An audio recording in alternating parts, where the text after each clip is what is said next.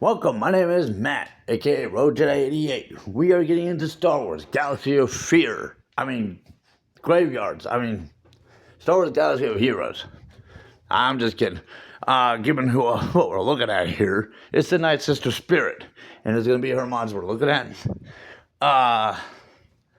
Yeah. So, Galaxy of Fear, as I threw out there, was actually a book series back in the 1990s. It was a George Lucas era generation effort and attempt of kind of tapping into another known 1990s books series known as Goosebumps.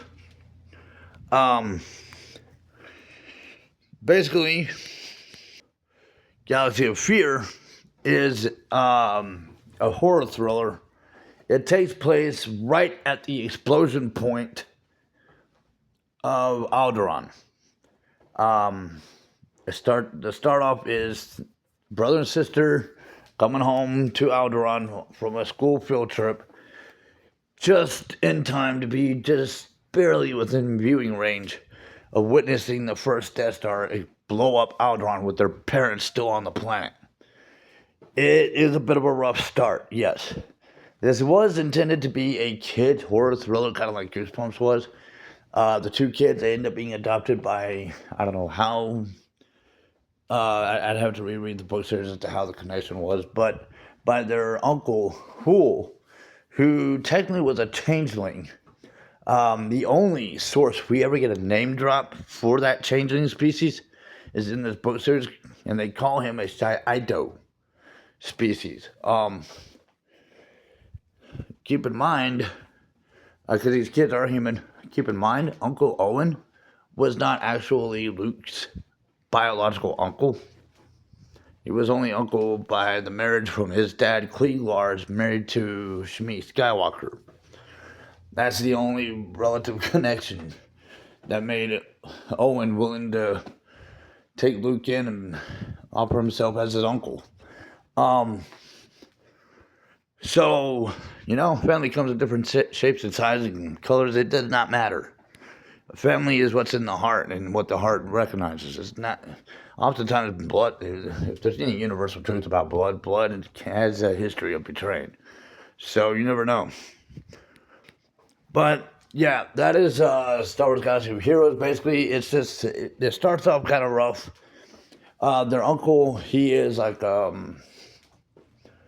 I don't know if he's like necessarily a mercenary or, I don't think he's a bounty hunter. I'm trying to remember. But he is in a dangerous line of work with what he does. And he doesn't have any other choice but to bring the kids along with him. The brothers and sisters, they basically end up joining in with him on his various missions. And, he's in the process of having to learn how to be an uncle to them. Given that they don't really have anywhere else to go but to be with him. So, it's one of those types of stories. But it's like Goosebumps. It's a horror thriller for Star Wars. If Disney ever wanted a American Halloween time horror thriller series for Star Wars, they attempted it with Skeleton Crew. And I'm not entirely against Skeleton Crew because of Galaxy of Fear from the 1990s. Granted, it was more of a pirate approach, and Disney obviously tapping in their Pirates of the Caribbean for Star Wars. Okay, fine, whatever. There are pirates in Star Wars. Why not? There was some extremist ideas in it, but I was able to work with it. It was probably one of the few rare bits of Disney's Star Wars I'm able to work with. That was taking place, post Return of the Jedi, if I had that timeline correct on that. But Galaxy of Fear would be another material, and it'd be tapping into my generation's book series that many of us actually enjoyed as kids. Or, within the George Lucas generation era. It'd be, I honestly think it'd be great for a Halloween time for Star Wars. American Halloween time, or whoever else kind of has that within their national territories, whatever. It'd be a great series as a horror thriller, either way. So, it was, for younger audience. As a kid, I enjoyed it. It wasn't too bad. But I was also that kind of kid that was into Goosebumps, too, back in the 90s. So, anyways, again, my first video of my mods playlist, my very first video in that playlist, I do explain the various different types of characters by definition, their roles. And I break down the various different types of mods by definition and what their purpose is. And I do explain what it is we're doing when we're applying these various different mods to certain types of characters. Nightsister Spirit is an attacker. You can also search out over at swgoh.gg, where they also make mod recommendations based on player fan preferences statistically. And they are also recommending speed and potency as well. So what is speed and potency doing for Nightsister Spirit? Well, it deals physical damage to target enemy, inflicts speed down. So it's giving her more speed when we add the speed to her. It's making her a little bit quicker in her abilities. Deal physical damage. Well, that's a potency aspect. The potency is making her physical damage more potent, more dominating, basically. Malevolent Spirit, at the end of her turn, Nightsister Spirit gains foresight, which is a force-sensitive feature. It's basically prophesic. It's prophesying. For one turn. While Nightsister Spirit has foresight, she has 60% offense, and her attacks ignore armor. So, try to block it all you want. She's going right through it. I mean, hello. She's a ghost. She's a spirit. She's not exactly a physical entity. So, she clearly has mastered Patrick Swayze's ability to go through doors. That's a Ghost reference. The movie Ghost is what I mean. So, the in-game tips is suggesting the same thing as the swgoh.gg website. Actually, it's suggesting offensive potency. Here I put speed and potency. Okay, so there's different approaches you can take with this. And actually, the online was saying offense. It's me that's saying speed. I got too caught up in the whole ghost crap. Okay, so I got speed on her. Why? Well, she does have abilities that deals with speed, and you do that speed and potency. She's an attacker character. She's gonna dominate. You let her punch the opponent with a tank character role, like punch, basically. They're not gonna know what hit them, and especially since she's a ghost, they're really not gonna know what hit them. They're gonna feel like a tank just blew right through them, and they're not even gonna see where the tank is or was. So, that's one approach. That's the approach I took. And I still need to kind of power her up a little bit more, obviously. But based on basic, small level gameplay that I have done with her, it does kind of work. But the offense and potency is not a bad idea either. Offense just means that she's pushing her attacks on them. You're still, with that potency, you're still dominating. That's what potency is going to do. So it's coming up a little more dominant. So, you can play around with it and see how it feels like to you. She's a ghost spirit. She can pull off extra turn meters, get bonus turns, stuff like that. As if Mother Taliesin and Odaka's abilities to respawn, revive the dead wasn't enough. We got zombies and spirits that do it for themselves anyways. So, yeah, Nightsisters are a tricky group, a squad of opponents to ever go up against. You can go back to Mother Townsend's video. I kind of explained strategically how you can go about taking down the Nightsisters if you're going up against them, especially when they're powered up.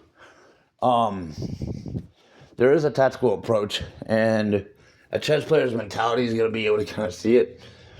You got to think of these Nightsisters as being like your back row pieces on a chessboard.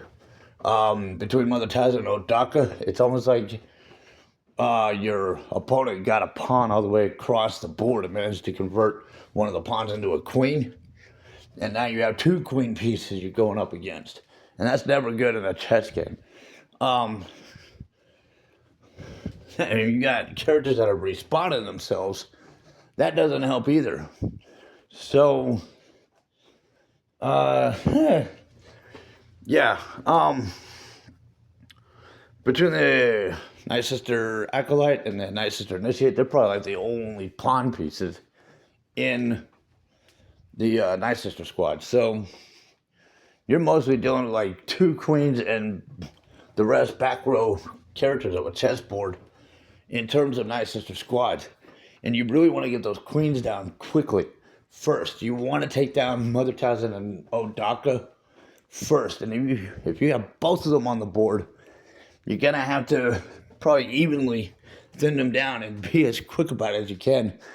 Maybe bring in a character to your squad that's not just only powered up, but has turn meters of their own, like Darth Vader. He can actually get, if you max him up enough, you can actually get just enough turn meters to actually go down the entire squad, assuming that Nightsister Zombie doesn't take all of his attention. That is the one risk factor in that. But Darth Vader, when he's maxed up, Phoenix Squad Rex, he can kind of blow through them a little bit. And he can also rally the Phoenix Squad to join in with him on the attacks, which kind of helps go against Mother Townsend and Odaka collectively. But you would need them powered up, almost maxed up. Maxed up would be preferable, but as close to it as you can get it. There is a bit of a strategic approach, and you definitely want to focus on your queen pieces of the Nightsister squads first. But that Nightsister zombie and the Nightsister spirit can be a little bit in the way, more so the zombie than the spirit. And we're going to get into that in the next video. I will get into Nightsister zombie. Coming up, that noise in the background was my cat knocking over our laundry. Okay, and my dog is gonna join in. So I got a mess I gotta clean up. But anyways, that's Nightsister Zombie's mod. Kind of play around with her a little bit. If you're trying to figure out how to go up against Nightsister's opponents, you got to think of it in chess players' mentality form. For those who aren't that keen with chess playing, understandable. I've had to teach a number of people how to play chess. And it is something that can be learned. But think of Odaka and Mother Townsend as if they were queen pieces. And think of Ace Adventurous and what's the other character? One sec. I know who I'm thinking of. You can think of Ace Adventurous and Talia as kind of like bishops and rooks of the board. Initiate and Acolyte are kind of like the pawn pieces. I still need to familiarize myself with the Great Mothers and Merrin. I do need to familiarize myself with those two. But the Spirit and the Zombie, I suppose you could almost look at them as knights. Probably more like rooks in retrospect. The spirit may be almost like a knight, but the zombie more like a rook piece, just in the way their approaches are. Those who do have a chess player's mentality, hopefully you're able to see how I'm looking at them. Those who don't, the queen is the most powerful piece on the board. You don't ever want to just leave on the board forever. And while pawns are considered the weakest on the board, if they make it across the board, all the way across, chess rule of thumb, if they ever make it across to your side of the board, they can convert that pawn into a second queen. And now you end up with 2 queens you have to deal with. Well, that's how you can look at the Nightsisters.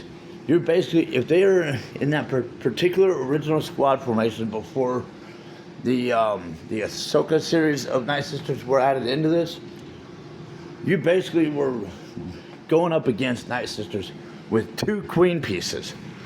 I was trying to keep my phone from going to sleep.